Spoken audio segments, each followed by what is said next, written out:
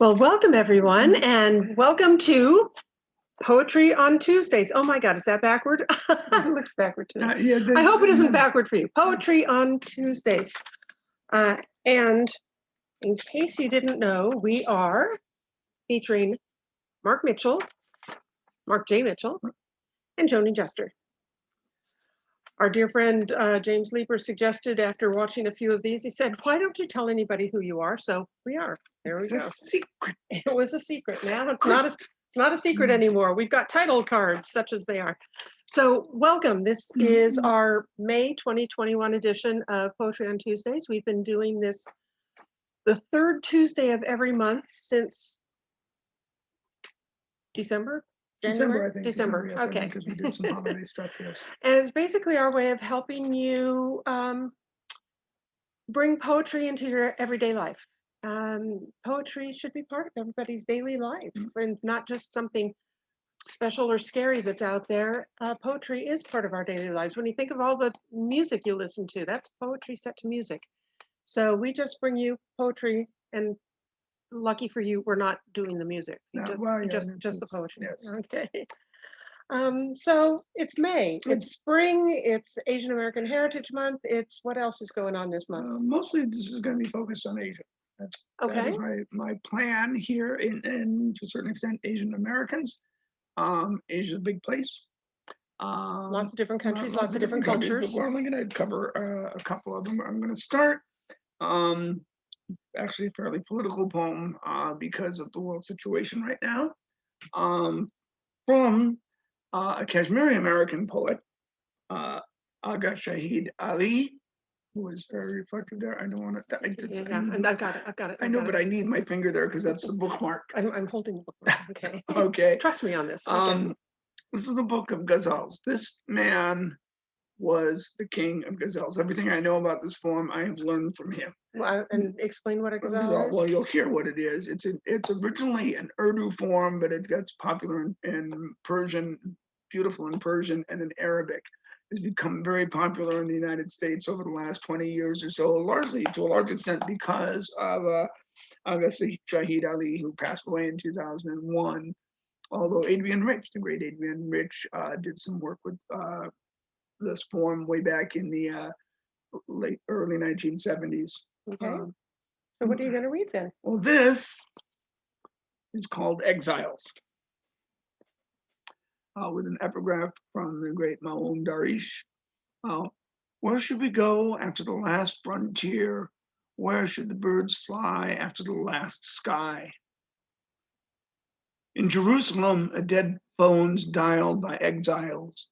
You learn your strange fate. You were exiled by exiles. You open the heart to list unborn galaxies. Don't shut that folder when the earth is filed by exiles.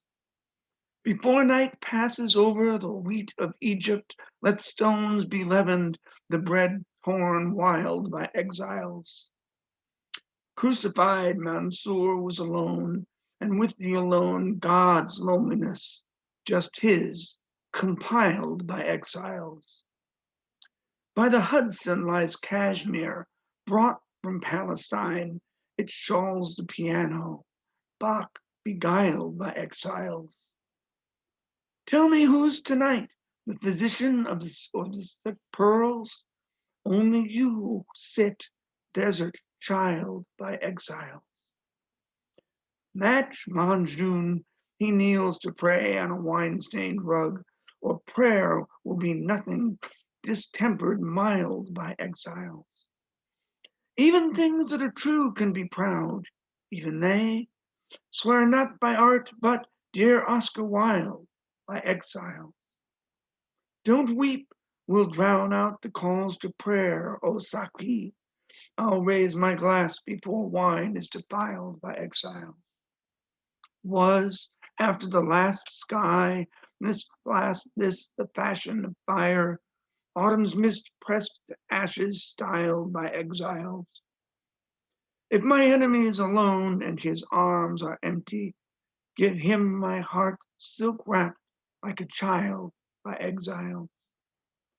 Will you, beloved stranger, ever witness Shadid, two destinies at last reconciled by exile. So I take it from, for those of us who are not familiar with the poetic form of Ghazal or Ghazal, I believe it's sometimes Yes, called. I'm afraid it's how it's pronounced. Yeah, I'm afraid so. It's clear that repetition of a word is part of the form. It's repetition of the word and the rhyme. It's originally kind of a caravanserai rap battle sort of form. You do the couplets and you see how you get to that rhyme each time. And you could have two different poets doing their own, Which could be why I'm seeing so many ghazals on YouTube right now, because people are doing this in contemporary form. Yeah. Yeah. So it's a good form for spoken word. It is, yes. Okay. It is, and spontaneous spoken word. Cool. But you got to be good at it to do it spontaneous, and and that was obviously addressing situation in the Middle East. Why I thought that was the one to read. But look for his work. Look for his anthology, Ravishing Disunities, which are all Aga ghazals. Shahid Ali. The anthology is all real ghazals in English. He's very strict about that, and it's a beautiful form. And it's a form that you write in. I write in that form too. However, I couldn't find anyone in mine handy right now. We'll be doing some of this. I want to take a short side trip to Japan, and then I'm going to kind of focus on China. Okay. I want to start with, there's a poet named Yon Noguchi, who was the first Japanese writer to publish his work in English. Really? Yes. When? And this was published in 1875. His book was published, Selected Poems, by the Four Seas Company in 1921. So that was the first Japanese writer to be published in English? Yes. Okay. And so here is one of his poems, and as far as I know, written in English, called How Near to Fairyland? And this is for spring. Mm-hmm. The spring warmth steals into me, drying up all the tears of my soul, and gives me a flight into the vastness, into a floorless, unroofed reverie hall. Lo, such greenness, such velvety greenness, such a heaven without a heaven above. Lo, again, such grayness, such velvety grayness, such an earth without earth below. My soul sails through the waveless mirror seas. Oh, how near to fairyland! Blow, blow, gust of wind, sweep away my soul boat against that very shore. It's like he spent some time in spring in San Francisco. I was just going to say the contrast between the velvety greenness and the velvety fog above it. And the blowing winds. And oh my God, blowing winds, yes. They're howling out there right now. That's lovely. Yeah, that's really lovely. As far as I know, I mean, he visited here, but he died in Japan in 1947. I just wanted to catch his name again. So Yon, that's Yone Noguchi. Yeah. So somebody to look at. And that just happened to come across the Poem a Day for me a couple weeks That's ago. lovely. So, yeah. Okay. I just love discovering new poets like that. And then, okay, so what's this? This is out of a book of Buddhist poems. And I see it's edited by a couple of locals. Okay, edited by Gary Gatch from the Fillmore neighborhood here, and forward by Peter Coyote. So excellent. Okay. Now, a seminal moment in Buddhism coming to the West, and how the swans came to the lake, was the Parliament of World Religions, which was hosted out of Chicago during the White City Fair. 1893. 1893. Okay. And that was when Buddhism came to America? Well, that was when Buddhist teachers came to teach and communicate with there was a big kind of an Mhm. ecumenical meetings. And the teacher who came was named Shon Shaku.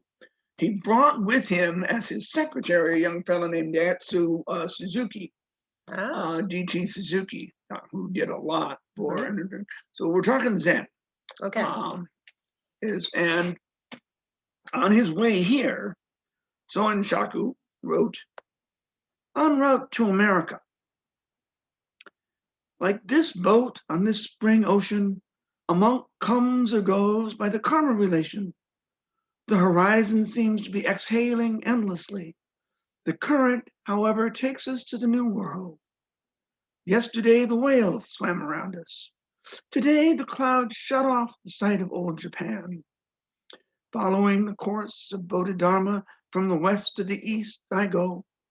Then turning to the south, I may visit India and Ceylon again, making a pilgrimage like Sudana.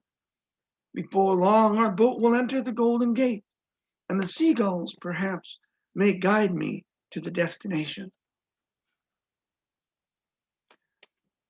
Nice. And that was written in 1893. Yeah, Okay. as he was coming to the world to attend the World Parliament of Religions. Excellent. Okay.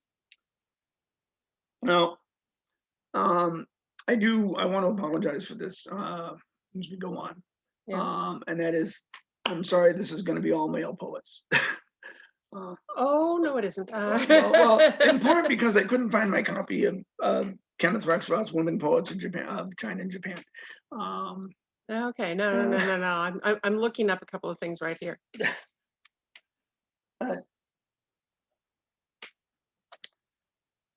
I'll sneak some in. I'll That's sneak fine. some women Well, in. I have a couple of things from a women's point of view Yes. for you to read. But now, one of my books is called Starting from Tufu. Okay. And explain that title. I'm going to read the poem. Starting from Tufu. Tufu is considered by many to be the greatest Chinese poets, or the Chinese poets of the Tang Dynasty. Most of us, when we think of classical Chinese poetry, tend to think, really are thinking of the Tang Dynasty. Tufu is considered by many to be the greatest of those poets. Although now there are people out there calling him Dafu, and they keep changing their pronunciation of Chinese names, and it makes me nuts. But he was Tufu all my life. So the title poem, Starting from Tufu, comes from this poem by Tufu. Okay. In the translation by David Hinton. Meandering river, 3 stanzas, 5 lines each. Meandering river, desolate, autumn skies, deep, withered, bits of blown lotus and chestnut drift, lamenting this wanderer handed down to old age is empty. White pebbles and shoreline sand also chafe back and forth. A wailing swan, alone, cries out in search of its kind. 2. Singing that which occurs neither modern nor ancient, my rising song only breaks against bushes and trees, and those houses stand in their lavish parade, countless. I welcome this heart of ash. Dear brother, dear little niece, why so hurt? Why these tears falling like rain? 3.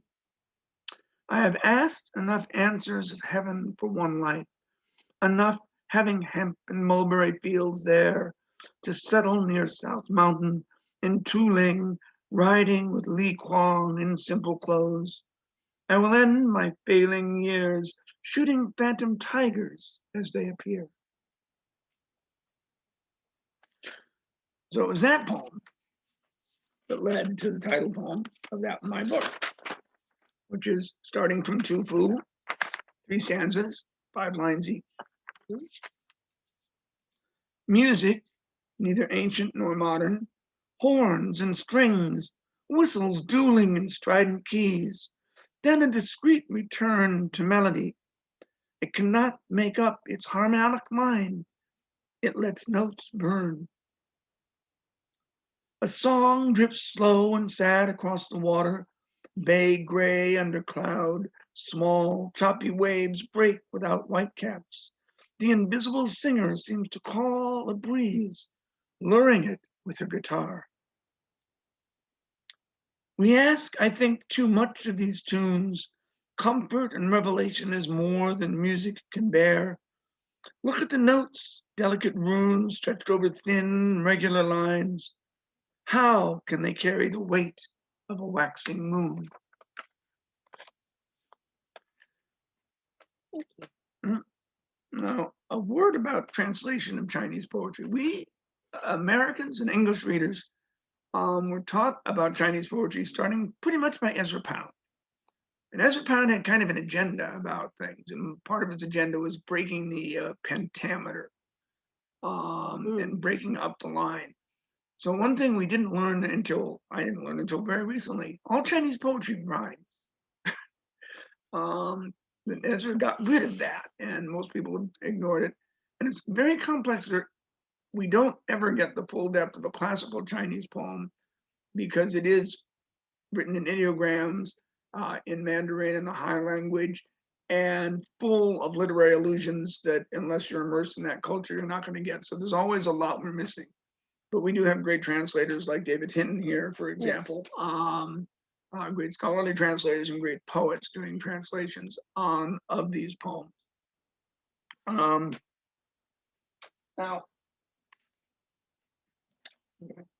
continue on with another Tang poet and an answering poem of mine. I'm going to do that with this one, and then also with Li Po. Okay. This Wang Wei, has not changed his name, or his name has not been changed to the best of my knowledge. Okay. Which is fine by me. These here. And he's from what era? He's also from the Tang Dynasty. Okay. He's a little older than Tu Fu and Li Po. Li Po and Tu Fu were friends. When we knew them, I don't think they liked him. Tough crowd. I'm going to read this version rather than David Hinton's because it has a great title. Okay. Wang Wei was, especially in his old age, Zen, not exactly a Zen monk, but a Zen hermit. He had been a civil servant long before for that, like many of the Tang poets. But the reason I give this is because it translates the title as "Offering a Meal for the Monks of Mount Fufu." Okay, how can you resist that? Having come late to the pure truth, every day I withdraw farther from the crowd. Expecting monks from a distant mountain, I prepare, sweeping out my simple thatch hut.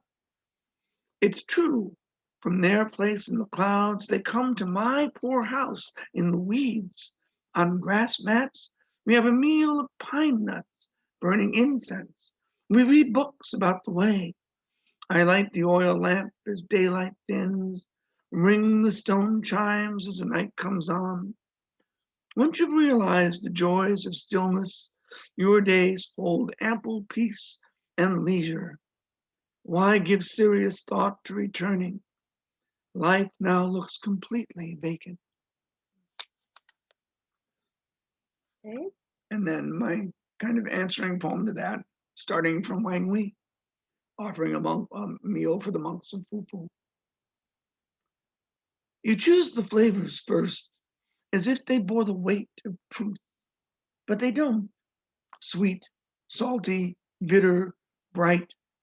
There's nothing unusual about the flavors. Then you sought some market, chose ingredients, this one for color, another for taste. Your fingers were alive with aromas by the time you found yourself in the kitchen. Then each morsel washed, sliced, arranged on a hot surface, plates warmed gently in your oven. The table, though never neat, is laid with care. A quick dance of knives and spatula to the music of water splashing, and the meal is set out for the guests who were never invited, who will never arrive.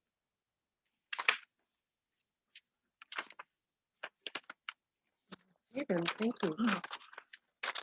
And by the way, I have some contemporary Asian American. Well, I also have I have a contemporary Chinese American poet lined up. Yes, but mine are women. Well,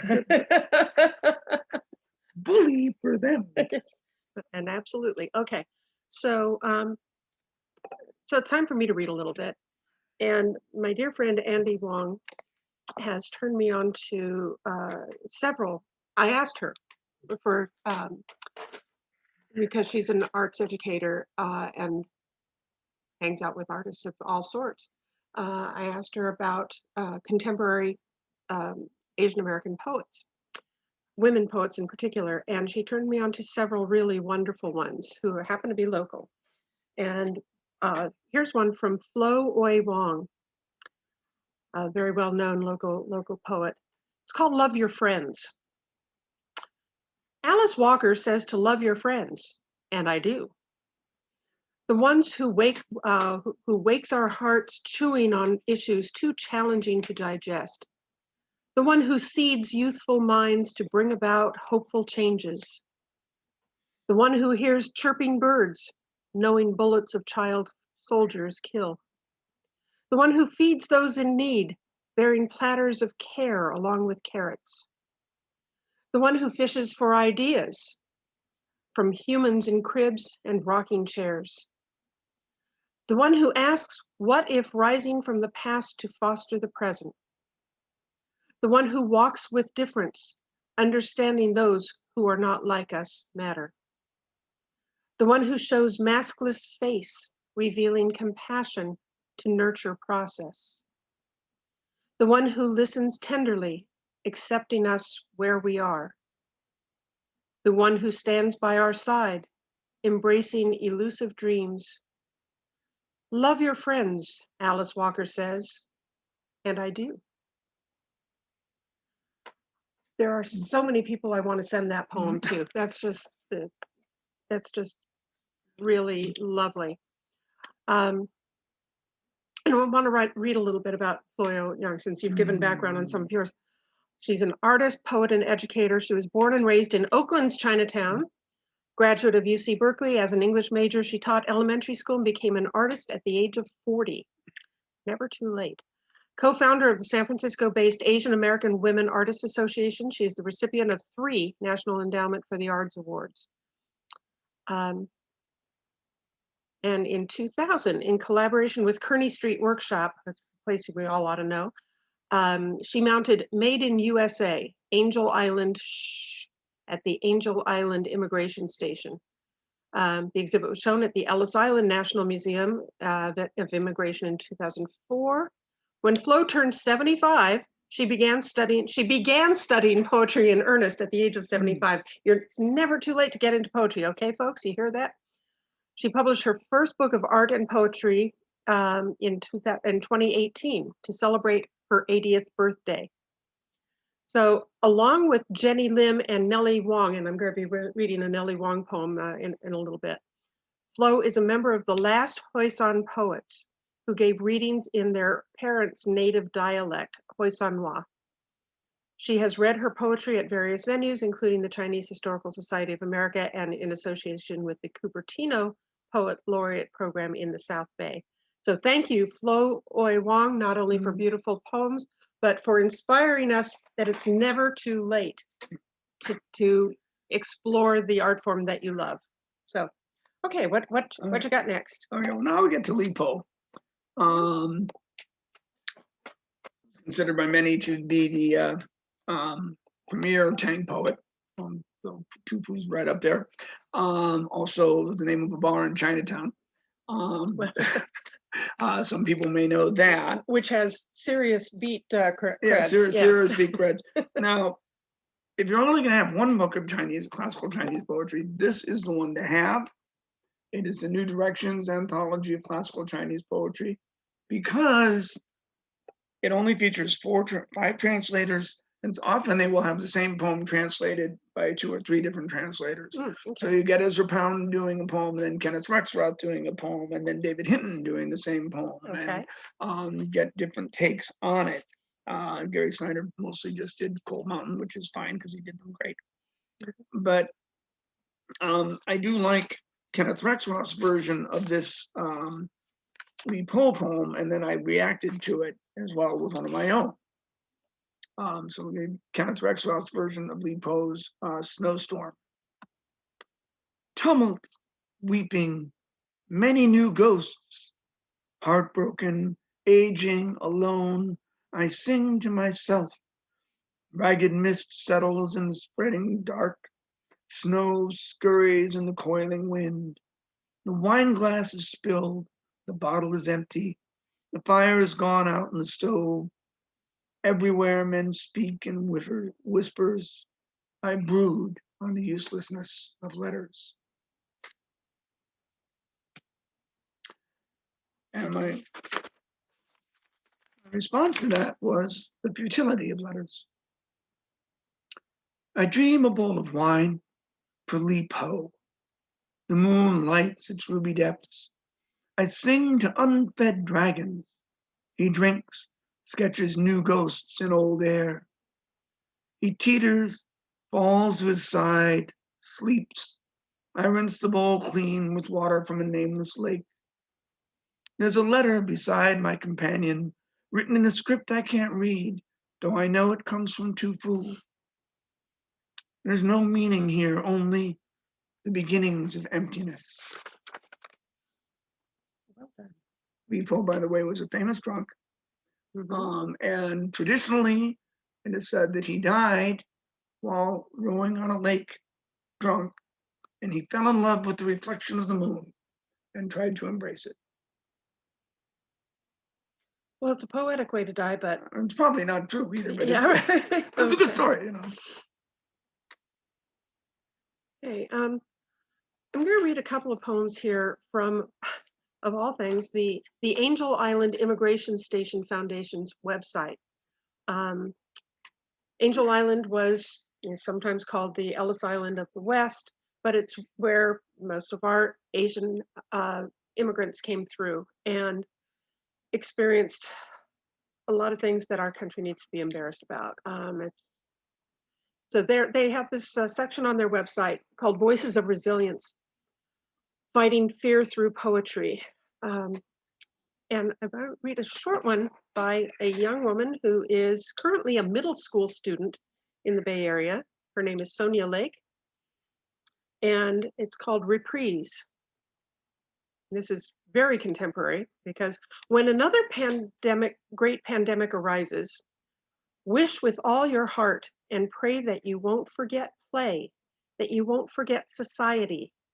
Don't just hide and lie quietly. Don't forget to let people be people. Despite those who blame, they hurt like fire and flame. The fault does not lie in any one person's lap. Let racism rear its ugly head at that. A middle school student writes this. I'm sad that she has to write it and just proud of her for doing it. But I want to read you a poem by another wonderful poet who is born and raised in Oakland's Chinatown, Nellie Wong. She is also a part of Chloe O. Wong's circle, and she's been published all over. And she is the founder of Unbound Feet, an Asian American writing and performing collective. She's taught at Mills College and the University of Minnesota. A longtime activist in the labor, anti-war, feminist, and socialist movements, and she resides in San Francisco. And this is Nellie Wong's poem, We Eat Chicken Feet and We Are Not Dead. How's that for a title? Wow. Okay, I'll match your title for title. Okay. We eat chicken feet and we are not dead. Our bowls are rimmed with bats and fireflies. Our feet pedal sewing machines making blue denim jeans. We march in Chinatown protesting discrimination. Coronavirus has no yellow skin nor brown eyes. We are delivery workers, doctors, dancers, actors. Our ancestors memorized the number of doors and windows in the home village, whether our fathers had more than one wife. Our foremothers sold their bodies to feed their children. Ah Bing cultivated wild and sweet cherries in Oregon, disappeared in China. We make masks and we don't hide. We fight for Asian American studies. Agitating for inclusion is a political act. We strike for higher wages, rest periods for our aching backs. We are immigrants at home all over the world. We are natives born in Eureka, Augusta, Oakland, Phoenix, Flushing. We dispense herbs, make soup to heal our bodies, harvest chrysanthemums, grapes, pea shoots, taro. Oh yeah, we yakety yak, we jitterbug and we jive, play flutes and drums. We dream and we braise and we steam and we write. We eat chicken feet and we are not dead. Thank you, Nellie Wong. Okay. Which makes for a good transition here too, because I'm going to transition to our Chinatown. Oh, okay. But I do want to mention about Angel Island. There are the poems that were written by the internees at the Angel Island Immigration Station, which was open from 1910 till 1941 when somehow it burned down.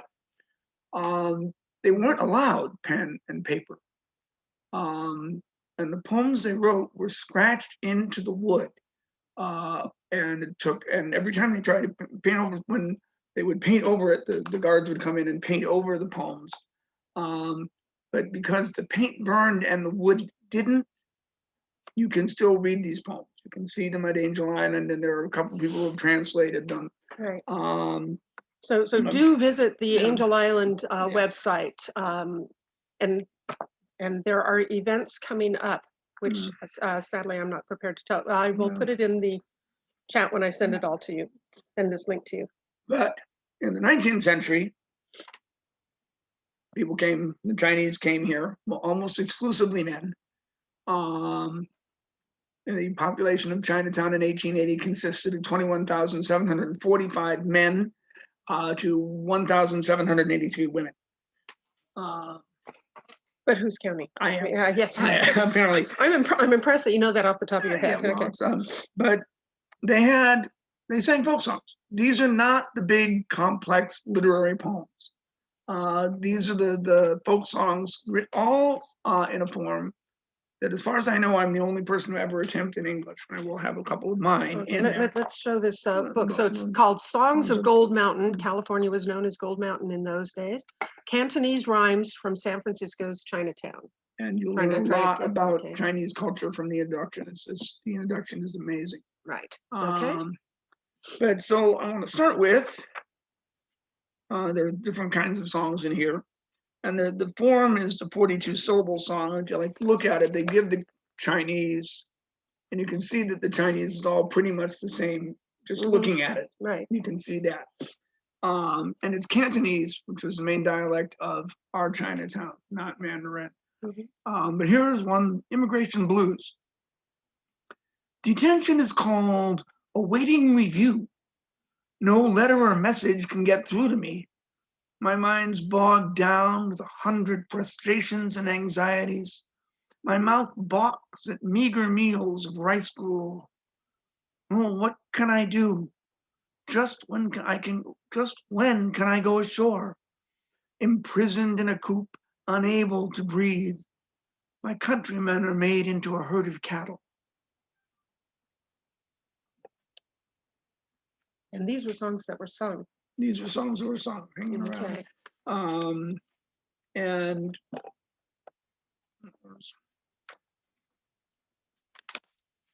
now I'll read one of mine that's kind of in that form, and it's set in Chinatown, set in Portsmouth Square. Even though they don't have chess tables, they have go tables. And this was written during the pandemic, right? No, this was written a few years ago. Oh, okay. Okay, but this is vacant public space. Shadows on the square uncover loose chains.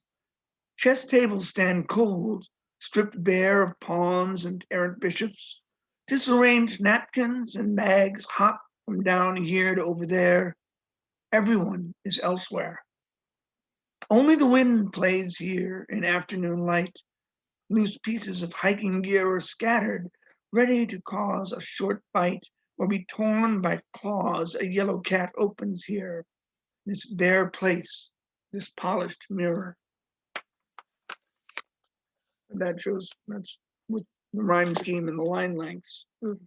Now, for entertainment value, one subgenre among the poems of the men in Gold Mountain were written from the point of view of the wives they left behind. Oh, okay. So these are the lamentations of estranged wives. And you can maybe put one or Okay, this is a cold reading here. Okay. Yeah. Lamentations of Estranged Wives. Husband is stranded in a traveler's inn. The rouge-faced woman, restless in her sleep, drafts a letter and asks the geese to take it to the Golden Gate. In it, she pours out her deep feelings. Dear love, please read on. Our happy days are few. Hurry, hurry home to share my pillow. Spare me from growing cold and lonely under our jade green quilt.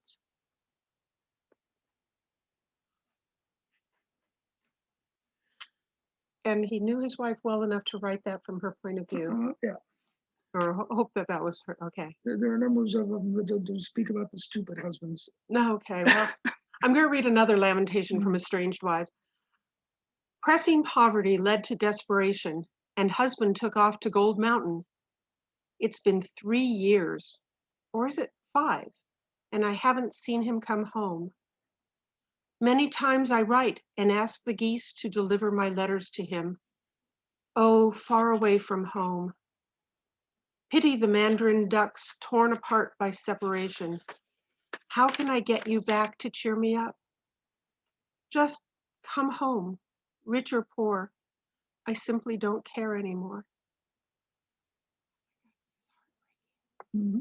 This is just heartbreaking because these men came across the ocean to this strange and very unforgiving land to earn a living for their families, but it meant that they didn't get to see their families for years on end, if ever again. Mm. That's Now I'm gonna read one more of mine in that form, and then one more from this book before we get a little more contemporary. This will be contemporary because this was just written a few weeks ago. In the 42 syllable form, called "She Considers Herself." Within parentheses, he considers her. This one. The mirror is hers. Don't say anything about her beauty or years your love sees. You only wait while time sings off key to her face, her hair. Let her watch her fears refuse to hide in mirrors. No point in saying you see all the girls she's been, playing and praying through those long, lovely years, or time pearls in her face. Her fears can't be touched. She's saving herself while her hair is graying. Keep bowing before those still treasured eyes. Let time carve its own course. Grant her room to meet her face. You can try. It won't work. Her place, her time's hers to tame. Love more this girl now and before. I didn't know you were going to read a love poem today. Why, yes. I'm spoiled rotten. My husband writes such beautiful poems for me. Let's go with Yes. to kind of be an antidote to the laments of the wives. You're right. Okay. But then there's another section that is songs of Western influence. Okay. Since I left South China, I have changed my clothes to the Western style. I seek praise for being neat and fashionable, though I have yet to speak with an American tongue.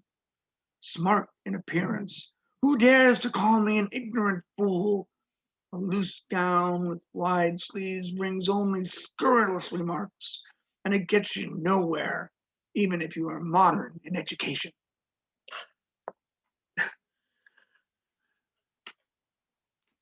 The immigrant experience. Yes. Okay. Now, this one, we're getting close. How many more do we have? well, a couple. Okay. We're going to start, well, a few. I can do, it depends. I was going to last I checked, Czesław Milo was not Asian. Okay. And no, you're not. You're not going to read a poem by Czesław Milo. Oh, it's an international It's an anthology. anthology, Okay. yes. Okay. But another book everybody should own. it will make you happy. Oh, A okay. book of luminous things. Good, I've got it. Really hard to see against the glare there. The Book Yes. of Luminous Things, edited by Czeslaw Milos. Seriously, it will make you happy to have this book. It makes us happy to have Yes. this book. Okay. And a The things are contemporary, luminous. yes, a contemporary Chinese poet, a couple years younger than me, has 3 Pulitzer Prizes. Anyway, is Li Youngli, born in Indonesia, lives in most of his life here in the United States, lives in New York right now, I think, and writes very good free verse. Well, let me read that one. Which one? Irises. Because I like flowers? Okay. Because, yeah. I can't read it. In the night, in the wind, at the edge of the rain, I find 5 irises and call them lovely. As if a woman once lay by them a while, then woke, rose, went. The memory of hair lingers on their sweet tongues. I'd like to tear these petals with my teeth. I'd like to investigate these hairy selves, their beauty and indifference. They hold their breath all their lives and open, open. We are not lovers, not brother or sister, though we drift hand in hand through a hall thrilling and burning as thought and desire expire. And over the dream of life, this life of sleep, we waken dying, violet becoming blue, growing black, black, all that an iris ever prays when it prays to be. 3 Pulitzer Prizes. Yeah, I know. Yeah. 3. Well, and I'm going to read one of his, and then I want to tie it to the 20th century American tradition, because And who's this? this is also Li Youngli. Okay. There we go. Because he knows he's a smart enough poet writing in English and American. This is an American poet, just happens to be Chinese descent. Let's not forget that. And here's Parable of the Jar. By night, the jar sleeps without dreaming, stars inside and out, moon a few hours, and sometimes hair tied up, sometimes hair down. By day, votes made inside the jar signal presence impossible to confirm, despite the blinding action of the sea and the earth's turning repose, repeated in the contours of the jar, its body, a mortal occasion of timeless law. Questions asked into the mouth of the jar, such as, will I have a good death? Or, where did Noah keep the bees? In the rafters? Were there hives in the ribs of the boat? Or did Jonah use soot to make the drawings found inside the Leviathan's triple oven? Such questions sentence to one who asks them to a life strangely familiar, yet not altogether one's own. Now, I'll close out with actually 2 from Wallace Stevens. Okay. Both kind of, first one is, I think, the poem that led Li Youngli to write that one. Where is it? Because no American poet is going to write a poem called The Parable of the Jar without thinking of Wallace Stevens' anecdote of the jar. Oh, of course. No, Okay. you wouldn't. From his first book, Harmonium, no Okay. poet would do that. Okay. So here's the anecdote of the jar. I placed a jar in Tennessee, and round it was, upon a hill. It made the slovenly wilderness surround that hill. The wilderness rose up to it and sprawled around, no longer wild. The jar was round upon the ground and tall and of a point in the air. It took dominion everywhere. The jar was gray and bare. It did not give of bird or bush, like nothing else in Tennessee. Okay, I see now. Okay. Okay. So, and again, it's, a famous Wallace Stevens poem. Right. But there is no more famous Wallace Stevens poem than 13 Ways of Looking at a Blackbird. 13 Ways of Looking at a Blackbird is definitely born of the Western encounter with Chinese poetry led by Ezra Pound in the early part of the 20th century. Again, I've said Ezra had an agenda. Actually, it's very interesting to know that Mahler's Das Lied von der Erde are all poems by Lee Pope. Really? Yes. How did I not know that? Translated into German, and it's very different than the experience of translated into English, and it's a very different sense of Chinese poetry. But in the American sense, this gave birth to the Imagists. That was the encounter, was seeing the poem as an ideogram. Okay. So you see in the letter, and this Wallace Stevens gave us 13 ways of looking at a blackbird. 1. Among 20 snowy mountains, the only moving thing was the eye of the blackbird. 2. I was of 3 minds, like a tree in which there are 3 blackbirds. 3. Blackbird whirled in the autumn winds. It was a small part of the pantomime. 4. A man and a woman are one. A man and a woman and a blackbird are one. 5. I do not know which to prefer, the beauty of inflection or the beauty of innuendos, the blackbird whistling or just after. 6. Icicles filled the long window with barbaric glass. The shadow of the blackbird crossed it to and fro. The mood traced in the shadow an indecipherable cause. 7. O thin man of Haddam, why do you imagine golden birds? Do you not see how the blackbird walks around the feet of the women about you? 8. I know noble accents and lucid, inescapable rhythms. I know, too, that the blackbird is involved in what I know. 9. When the blackbird flew out of sight, it marked the edge of one of many circles. 10. The sight of the blackbird flying in green light, even the bawds of euphony would cry out sharply. 11. He rode over Connecticut in a glass coach. Once a fear pierced him in that he mistook the shadow of his equipage for blackbirds. 12. The river is moving.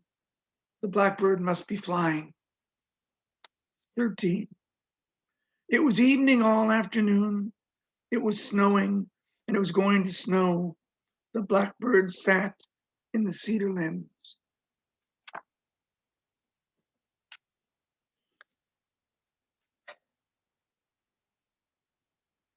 All sorts of ways of looking at a blackbird. Thank you, Wallace Stevens. Thank you, Mark. Thank you, all of you, for hanging with us as we traveled the world and with poetry. We do these little poetry shows on the 3rd Tuesday of every month. So look for poetry on Tuesdays. In between the 3rd Tuesday of every month, on other Tuesdays, Mark posts short videos, usually 1 to 2 minutes, somewhere in San Francisco, doing his tour guide thing, telling you about a place in San Francisco, and then reading a poem about it, one of his poems.